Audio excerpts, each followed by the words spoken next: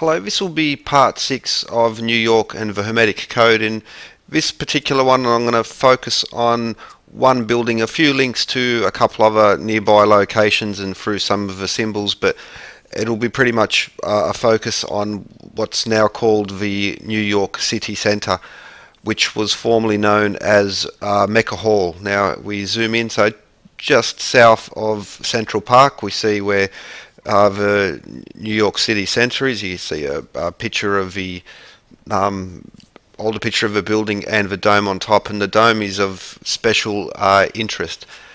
So the architect for this building was Henry P. Knowles, and he's pretty important. Well, for instance, the Mecca Temple, now it's called New York City Centre. We see one of the bonds that was issued for that. So the ancient Arabic noble order is one of the names for the organisation which created it, thus why it's called Mecca Hall. But Henry P. Knowles, he was also responsible for some of the later additions to the later Masonic Hall in Manhattan. The original Masonic temple was by Napoleon Le Brun, and Henry P. Knowles, who was a Mason, unlike Napoleon Le Brun, he created some other, but he worked for Napoleon Le Brun's company. Now, in earlier episode, I went into the Metropolitan Life Tower by Napoleon Le Brun and how it has this same reoccurring pattern, very much connected to Sun, Earth, Moon, and stars, as is displayed in Freemason tracing boards, Oddfellow tracing boards, all sorts of other groups. But New York City Centre, formerly known as Mecca Hall, was created by the ancient order, or the Shriners is another term for it. Now, they're one of the affiliated bodies on Freemasonry, and you can see them there. So they are now they're not Freemasons, but they are an affiliated body. You've probably seen images like these, the guys with the fezzes driving around in small cars on small motorbikes. Well, that's one of the typical things of Shriners when they have their parades. Now, Shriners also are very involved in charity, building hospitals, that sort of work, good works, and that's sort of usually overlooked on the internet stuff. They sort of focus in on a few little points and then focus in on that point way down, but don't see the broader picture. But the Hermetic Code, as with all Freemason connected architecture, Oddfellows as well, all these groups, and not only in the symbols but also in their architecture, their weights and measures, they pass on this code, and this code is very much, always one of the essential elements of it. Not the only element, but one of the essential elements is of the Hermetic Code: as above, so below, sun, earth, moon, and stars. Now, the dome there is 102 feet wide, and the first point is there's a Mason tracing board, and you'll see that there are 3 columns which will be depicted: the Doric, the Ionic, and the Corinthian column. These are also systems of music, such as Ionian and Dorian music, but they're more importantly, in this perspective, ancient systems of weights and measures, going back to Greek times at least, and I've covered that in other ones, so I won't go detail it in quite so much. But so the dome itself, 102 feet wide, has always these things connect to the Great Pyramid, and for instance, the proportions of a Great Pyramid gives us this ratio, 0.6181818 or 1.618, just as an example there. But also you see it in the Fibonacci numbers, 34 and 55 gives us 0.61818 as well. Now, the dome itself is 6.181818, so it's at a scale of 1 to 10, and this is an important, and again, a reoccurring theme. 102 feet also converts to 17 fathom, which is, again, really important in terms of the geometry and the weights and measures. Now, 102 feet converts to 1,530 Doric fingers. Fingers is a unit of measure. Typically it's feet and inches and miles, but there are these other breakdowns. Now, 102 feet also converts to 1700 Ionic on the ancient measure scales. This is very important, especially to connect with the Vesica Piscis or Vesica Pisces as it's called, which is a fundamental of what's termed sacred geometry, but really geometry as well. But 17 fathoms, 1700 ionic, and 1530 or 153.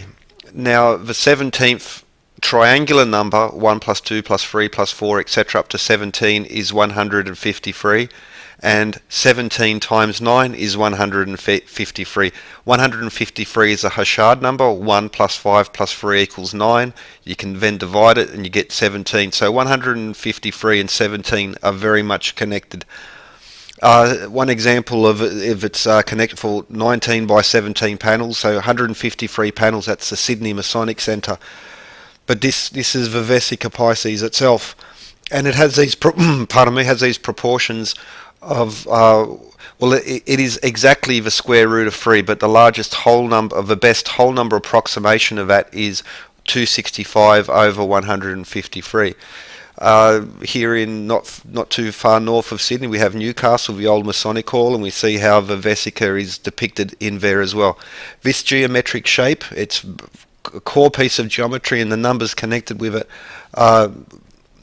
symbolically, but in so many other ways linked. Now, the Vesica Piscis or Vesica Pisces translates in Latin to the vessel of the fish or the bladder of the fish, but like you could say, it contains the fish is another way to think about it, which is important in Christianity. For one, for instance, of these important numbers which get mentioned in the Bible, 153 large fish caught in the net, but it was not broken. Now, that in itself is an important reference. Now, St. Paul's School in London, originally created to give education to 153 children, the silver fish being its emblem. Some years after its creation, all the street numbers were rearranged, and St. Paul's School just happened to be get the number 153. While the Vesica in religious symbolism, and I'll put a link to the description in the video where I go into this and show you how to draw it and other aspects of it. But it's undoubtedly it's a very important Christian symbol. It's actually the original Christian symbol, the ichthys or the fish. The cross came many centuries later.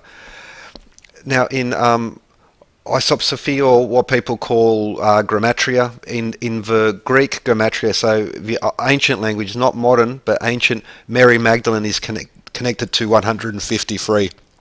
While in Genesis, the Tetragrammaton, which we'll get to in future episodes as well, it happens to be mentioned 153 times. And so it's basically what you have there is the name of God written out.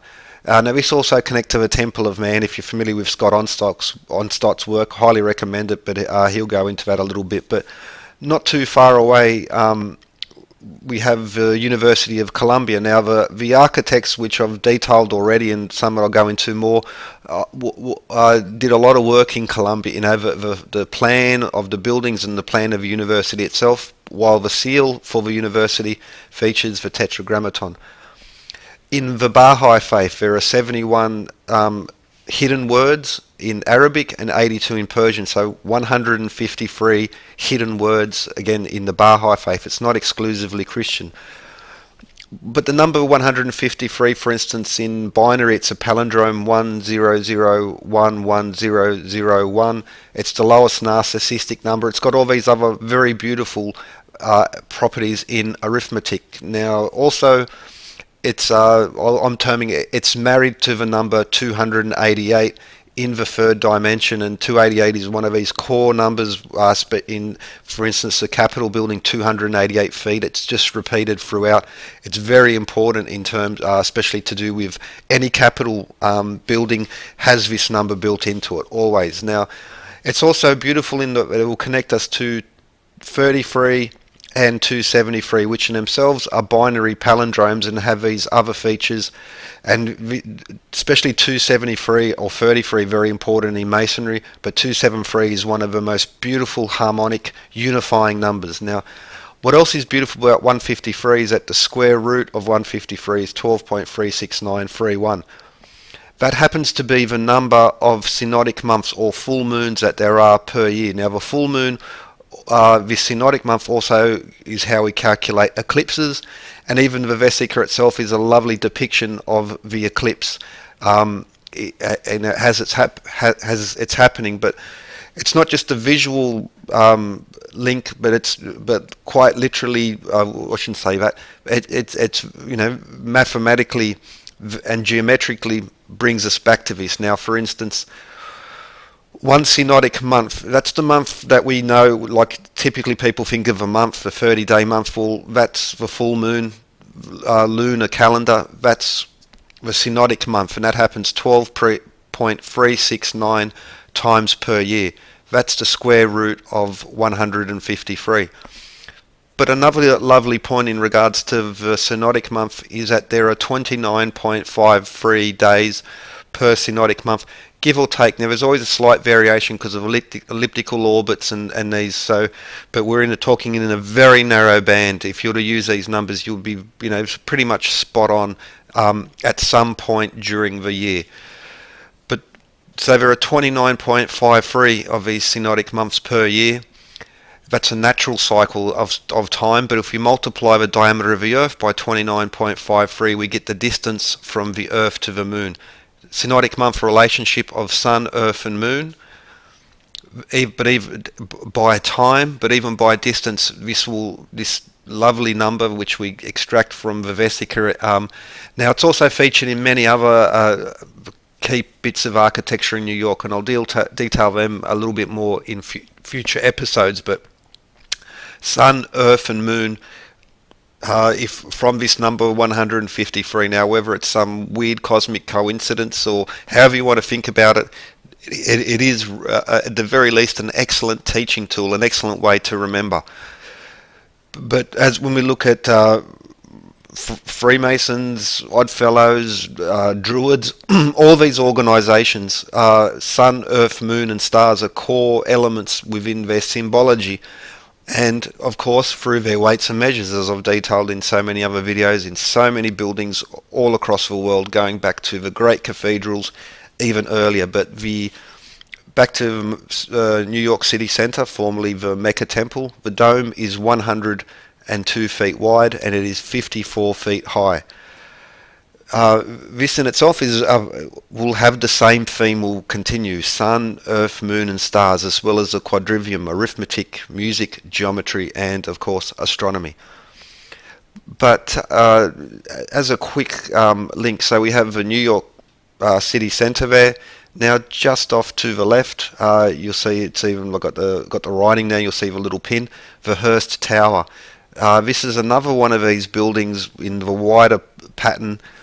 But actually not just in New York, across the world, because the architect of the Hearst Tower, so there we just see how they're located. Now we have the Hearst Tower, which was used the old facade of the Hearst building, but the architect of Hearst Tower was, well, Lord Norman Foster, as he's called now. But an interesting point, so the dome is 54 feet high. Now each of those triangular structures which make up the Hearst Tower are 54 feet high. Now I'll break down this building because it's not just those, it's many other elements within this building, and it's designed by Norman Foster. He was basically, so Astana is the newest of the New Jerusalems, just like Washington is filled with sacred geometry. As with Canberra and Brasilia, they have the same city plan, the same numbers in their buildings. Well, Norman Foster he designed the plan and also most of the important buildings along the alignment. And I'll put some links in the descriptions to other videos I've done regarding Norman Foster. He's just at the moment he's the bee's knees in regards to this. IMP probably was, but now it's Norman Foster. But so the dome is 54 feet wide, but just a reminder of the width: 6.1818 rods or 153 Doric fingers. So they're the width, which, just again a reminder, we have these proportions of the ones given to us in the Great Pyramid, but it's also in the Fibonacci spiral, or the golden section, as it emerges at 34 and 55, and we have it at a ratio of 10 to 1. Now even 1,530, that's 153 times 10. So that also is another example of this 10-to-1 ratio, and this again connection to the Great Pyramid, but the Grand Gallery of the Great Pyramid is proportioned at pi to the height, and it's 153.134 feet. So it's not exactly 153 feet. So an earlier survey said that it was. It's actually a little bit bigger, but that's even more beautiful because that gives us pi proportions from the Grand Gallery to the height of the pyramid itself. Now, the pyramid itself, if you stand at the corner, you see the maximum visible base, 2 bases divided by the height. We get 22/7, which is as good as you're going to get for pi. Well, 54 feet is 34.142 blah blah blah pi times 10 Egyptian royal cubits. Egyptian royal cubit is intricately connected to the foot and the meter in many beautiful ways.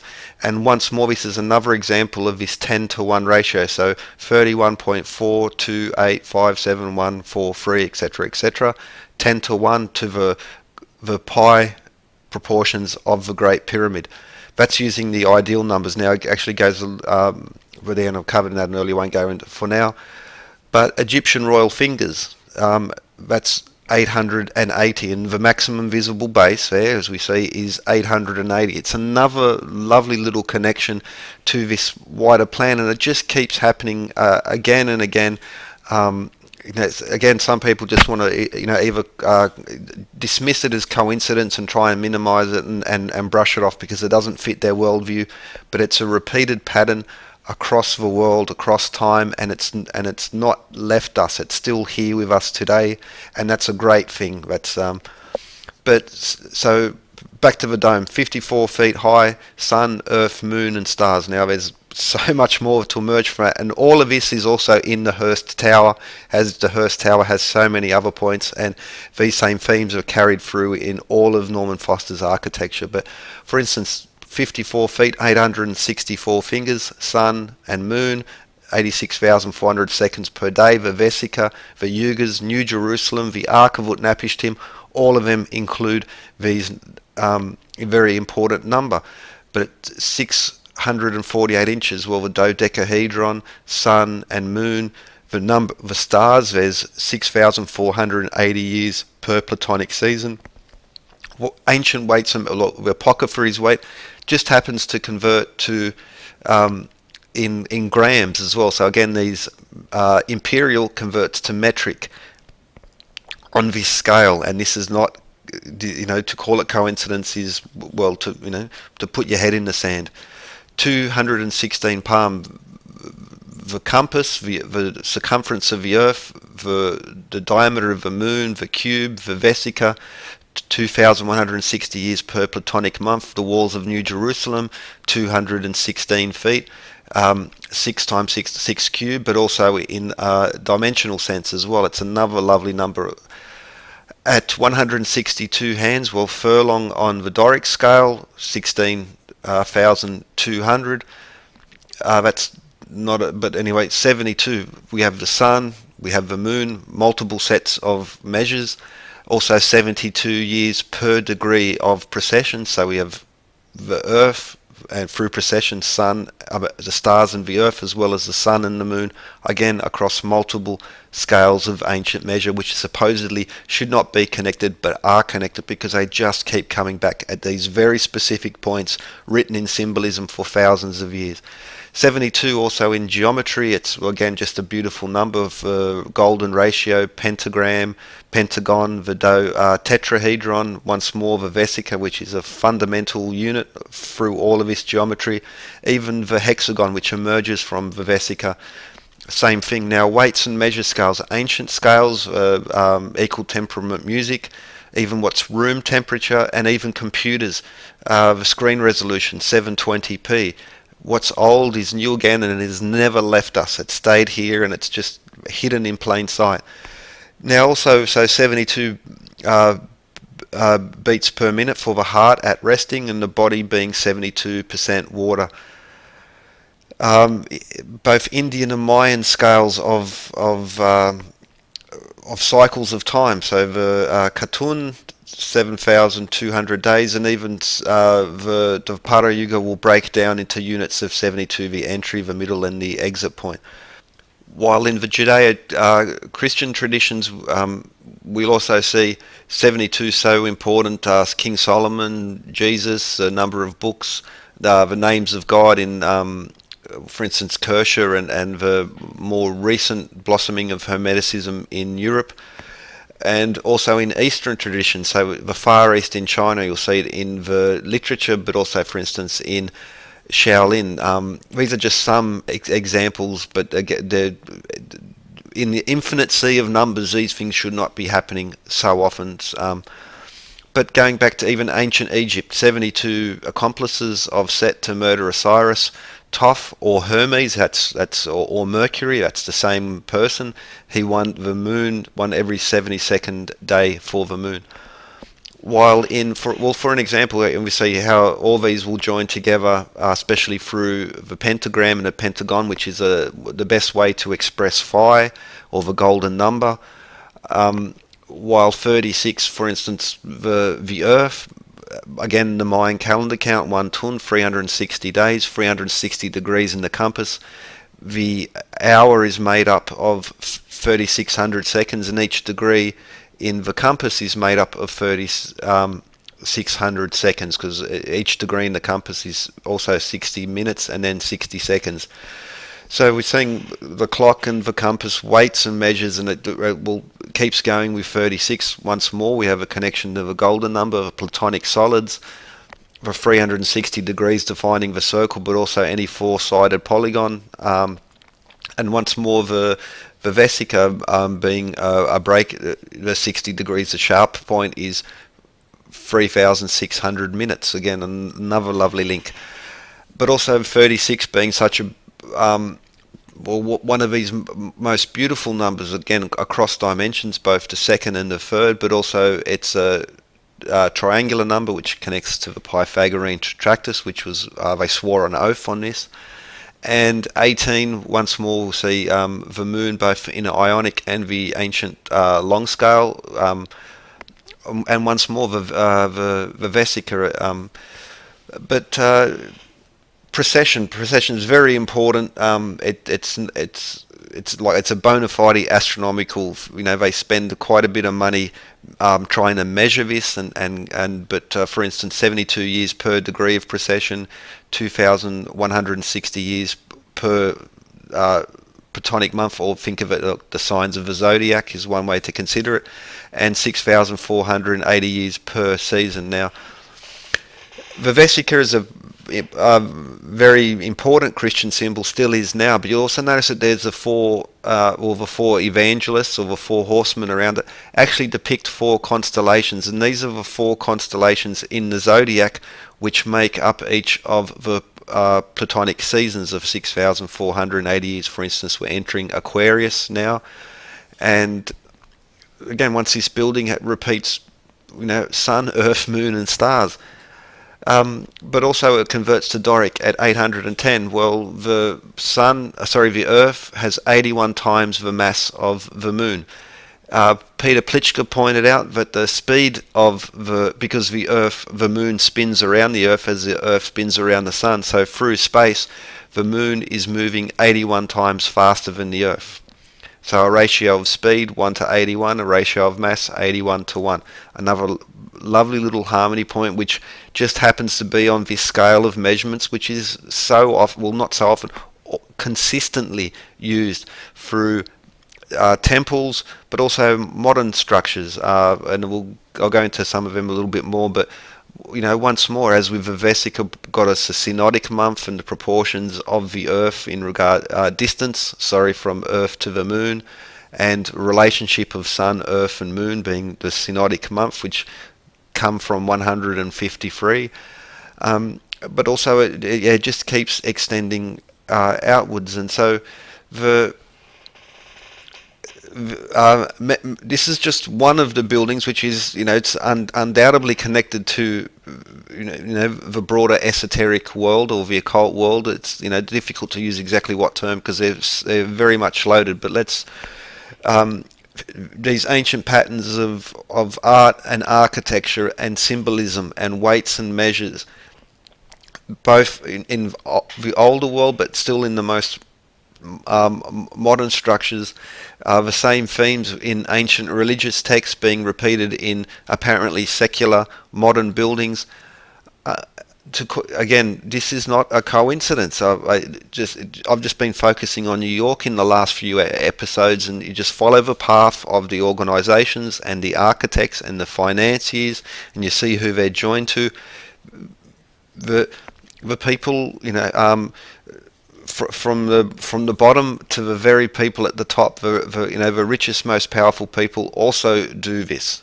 Not exclusively, but they spend billions of dollars building these buildings and designing whole cities such as Astana, Brasilia, Washington, and Canberra. And so the Hermetic Code, as above, so below. What's happening? Sun, Earth, Moon, and stars. So we're projecting, we're bringing down what's above, and these harmonies above us, which connect to geometry, arithmetic, and music, and then bringing them down onto Earth. And the themes are continued. They're quite blatant. They're not. It's impossible to lose this. The sun and the moon and the earth and the celestial sphere, which shows the zodiac, which connects to precession, just like all these other numbers. So these ancient symbols, these ancient systems of measurement, ancient systems of architecture, best expressed through the seven liberal arts, or especially the quadrivium, are there. They're there to be seen, and they form a beautiful system. So again, just with this one building, the New York City Center, formerly the Mecca Hall, just out of that, if you just with those few measurements of the dome and the symbols also inside, we could go into more in some other, but they have profound knowledge. It's a beautiful way of learning things with, rather than the modern way with endless stream of decimal points and the metric. There's a fascination with metric, but it's impossible to there's no harmony in there. It's very easy, it's very convenient, but there is no deeper knowledge to it, and that's why the Hermetic Code is so important, and that's why this particular system should be brought back. But anyway, with that, I hope you enjoyed this episode and have a good one.